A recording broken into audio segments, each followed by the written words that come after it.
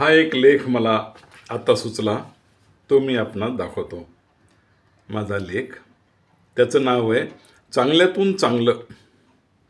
चांगल्यातून चांगलं. काहीही घडलं तरी जे होतं ते चांगल्यासाठीच होतं असं म्हणतात.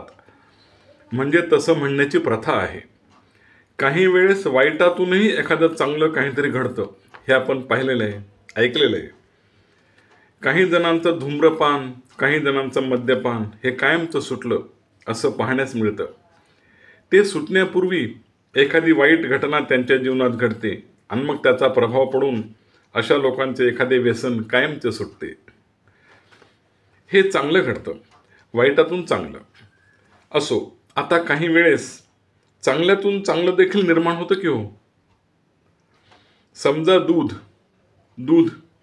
आता काही लोक मुद्दाम चांगलं निक्क दूध नाशवितात आणि मग त्याचा कलाकंद तयार करतात.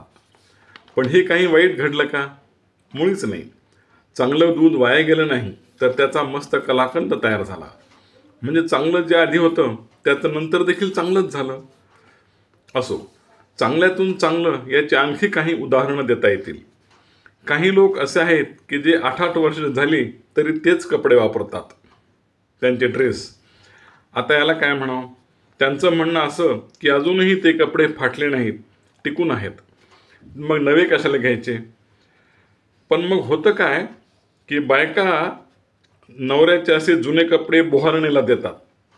मग तिच्याकडून त्या बदल्यात नवं मोठं एखादं भांडं घेतात.